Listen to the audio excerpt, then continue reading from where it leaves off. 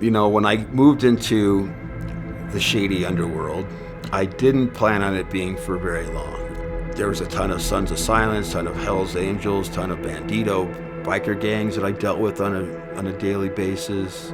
I then became involved in it and doing drugs and alcohol and all that stuff. Then that's where it really took off in the darkness. That's where I felt like I was the farthest away from God. So I grew up in a typical blue-collar, middle-class family.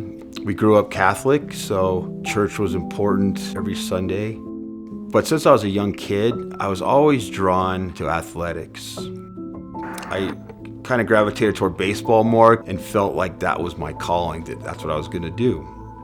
And then I had a freak accident. I worked on a demo crew. We were doing, at the time, they were Price Clubs, which are now your Costco's. We had to replace the floor. So we're cutting them into 500-pound pieces, like these big pieces of cement. And one of the guys that I was holding the piece up with just let go, and it just kind of just fell into the area we had just cut, and it just pinched my fingers off. When I got to the hospital, they told me, yeah, we have to do a skin graft. The skin has to set. You know, when they said that it was a year to 18 months of recovery time, word got around fast.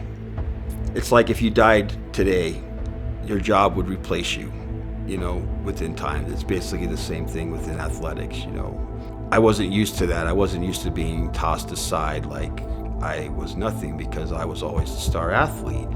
And that was really the first time that I really felt like I had cursed God. Instead of moving towards God or moving towards the positive, using it as an opportunity to do something different, I let it fester. Moving into the position I did and working in the clubs and things like that kind of gave me a way to hide. I then became involved in it and doing drugs and alcohol and all that stuff. Then that's where it really took off in the darkness. When you're a kid and things like that, you get in fist fights and things like that. And that was something I was good at. I was also studying martial arts. And so one of the things that I always had since I was younger was strength. You know, you move into that muscle position where you'd rather be feared than respected. I didn't care, you know, how much pain I inflicted, whether that be physical or mental. My dream was taken, so I'm gonna take something. That's where, you know, I think I hit rock bottom. I eventually decided that that's not what I wanted to do.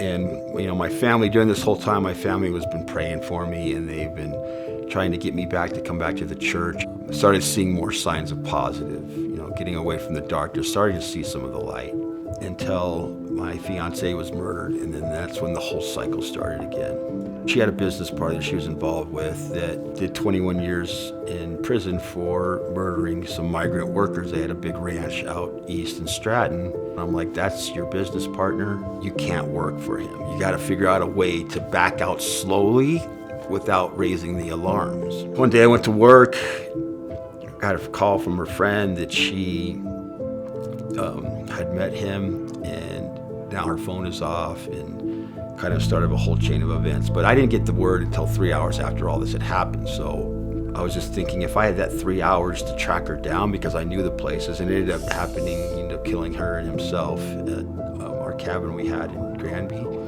If I would have had that time, that's what I thought at the time, that maybe I could have done anything.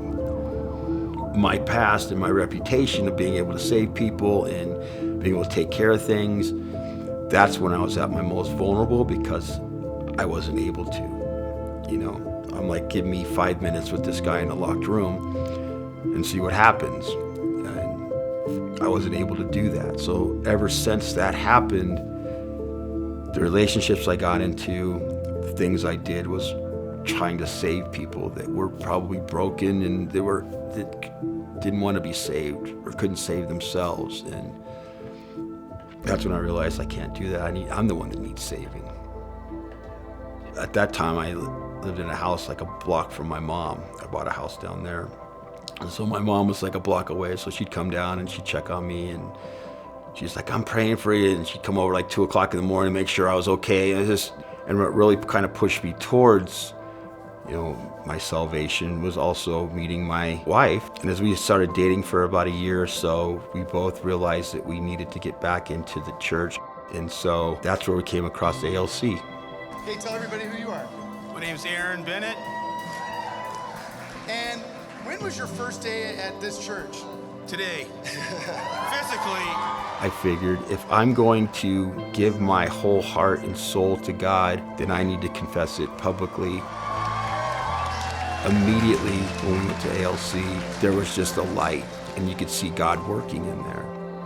We're now part of a life group. I work help with the sports ministry with softball. They gave me an opportunity to run my own men's Bible study, leading a group.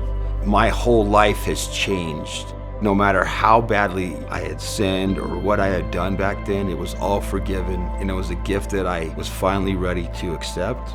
And when I accepted that, this weight off my shoulders was finally released.